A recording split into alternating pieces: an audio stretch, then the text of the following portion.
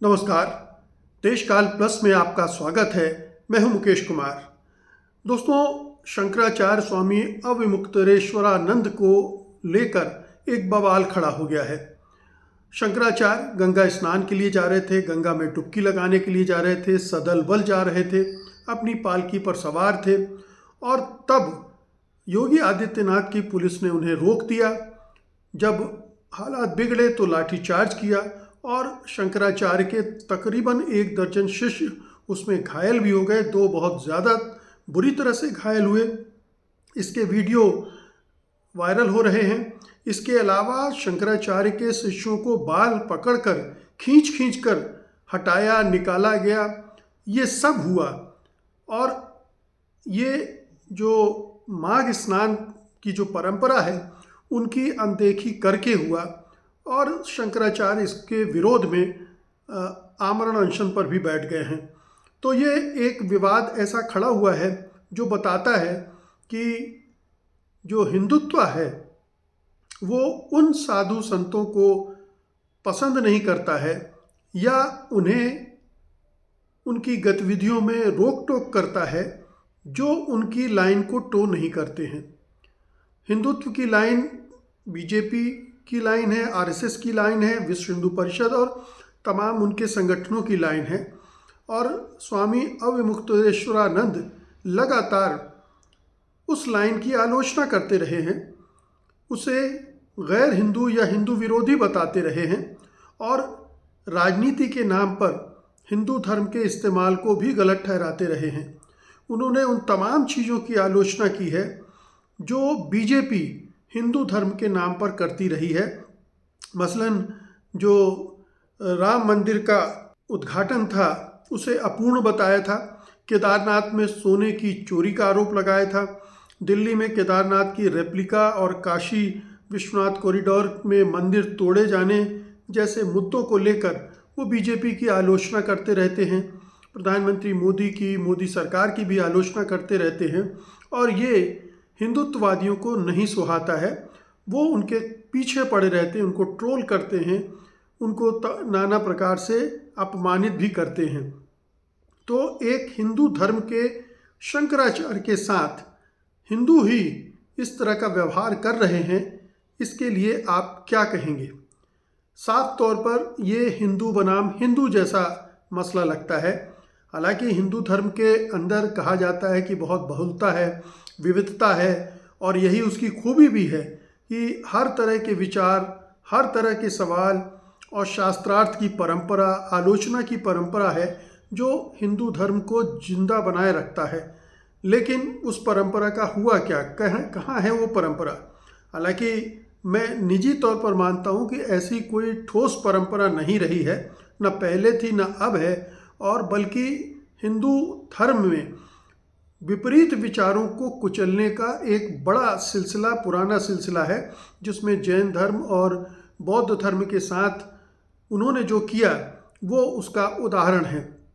लेकिन अगर हम हिंदू धर्म के अंदर भी देखें तो शैव और शाक्त के बीच जो खूनी संघर्ष हुआ है वो भी बताता है कि हिंदू धर्म के अंदर कोई ऐसा उदार विचारों का आदान प्रदान नहीं रहा है, उसकी कोई परंपरा ऐसी नहीं रही है जिसका महिमा मंडन हमेशा किया जाता है। लेकिन अगर हम मान भी लें कि ऐसी कोई परंपरा रही है तो उस परंपरा का सर्वनाश हिंदुत्व कर रहा है। हिंदुत्व उस तथाकथित उदारता और तथाकथित विविधता पर लगातार हमले कर रहा है। अगर वो किसी रूप में थोड़ी बहुत रही भी है तो उसे खत्म करने पर आमादा है। इसीलिए ऐसे साधु संत जो बीजेपी की पॉलिसीज़ का विरोध करते हैं, उसके हिंदुत्व अभियान का विरोध करते हैं, उसके नफ़रत की राजनीति का विरोध करते हैं, वो हमेशा टारगेट पे आते हैं। ज़्यादातर तो हिंदू साधु संत बीजेपी की लाइन पर चलने वाले हो गए हैं। वो आलोचना नहीं करते, वो बल्कि तारीफ़ करते हैं और उनमें से कई तो ऐसे हैं जो बहुत ही हिंसक हैं और जीनोसाइड तक की बात करते हैं, नरसंहार की बात करते हैं, विधर्मियों के सर्वनाश की बात करते हैं, खून खराबे की बात करते हैं, आईएसआईएस जैसा संगठन बनाने की बात तक करते हैं। तो एक हिंदू साधु संतों की वो धारा है जो नफरत की राजनीति से काफ़ी पहले से जुड़ी हुई थी और वो हाल के वर्षों में काफ़ी मजबूत हुई है। और दूसरी तरफ एक बहुत हल्की सी छोटी सी धारा है जो हिंदू धर्म को एक विविध और विचारों वाले धर्म के रूप में आगे बढ़ाना चाहती है, एक उदार हिंदू धर्म के रूप में देखती है और जो सनातनी परंपरा है उसको साथ लेकर चलने वाली है। हालांकि बीजेपी भी सनातन की बात करती है, सनातन धर्म की बात करती है, सनातनी परंपराओं की बात करती है, लेकिन वो इनकी केवल बात करती है। उसका जो धर्म का सोच है, विचार है, धर्म की जो परिकल्पना है हिंदू धर्म की, वो बिल्कुल कट्टर है। और कट्टर इस सेंस में भी है कि वो दूसरे धर्मों को स्वीकार करने या उन धर्मों की खूबियों को स्वीकार करने के लिए भी कभी तैयार नहीं होती है, बल्कि उनमें तमाम तरह के दोष ढूंढकर उन पर अत्याचार करने, उनके धर्मावलंबियों पर अत्याचार करने का काम करती है। और हमने ये भी देखा है कि उन धर्मों से हिंदू धर्म को खतरे की बात भी की जाती है। भले ही उन धर्मों के अनुयायी बहुत थोड़े हों, उनमें इतनी ताकत न हो, न आर्थिक रूप से सक्षम हो, न सामाजिक रूप से सक्षम हो, लेकिन उन्हें खतरे बताकर हिंदुओं को डराया जाता है और एकजुट करके उनके खिलाफ माहौल बनाया जाता है। तो हिंदुत्व की परंपरा जो है वो सनातन के विरुद्ध है, जो कि अक्सर कहा भी जाता है। जैसे दो तरह के हिंदू की बात की जाती है, एक तरफ गांधी हिंदू थे और दूसरी तरफ गोडसे हिंदू थे। तो ये दो विचार थे हिंदू धर्म के, गोडसे का और गांधी का। और गांधी का हिंदू का धर्म का विचार जो था वो हम सब जानते हैं, मेल मिलाप का था, भाईचारे का था, सांप्रदायिक सौहार्द का था, मेल जोल का था। और गोडसे हिंदू धर्म को बिल्कुल एक्सक्लूसिव मानते थे, उससे किसी धर्म का नाता जोड़ने को तैयार नहीं थे, दूसरे धर्मों से मेल मिलाप के भी खिलाफ थे और इसीलिए गांधी की हत्या उन्होंने कर डाली थी। और उस परंपरा से आप पीछे जाएंगे तो सावरकर, गोलवलकर, हेडगेवार भी जुड़े हुए हैं और वही परंपरा आज आप पूरे राष्ट्रीय स्वयंसेवक संघ और संघ परिवार में देख सकते हैं। तो ये दो धाराएं हैं, एक धारा है जो सबको साथ लेकर चलने की बात करती है और दूसरी जो है वो अलग थलग करके बाकी को अपना वर्चस्व कायम करने की बात करती है, अपनी दादागिरी कायम करने की बात करती है।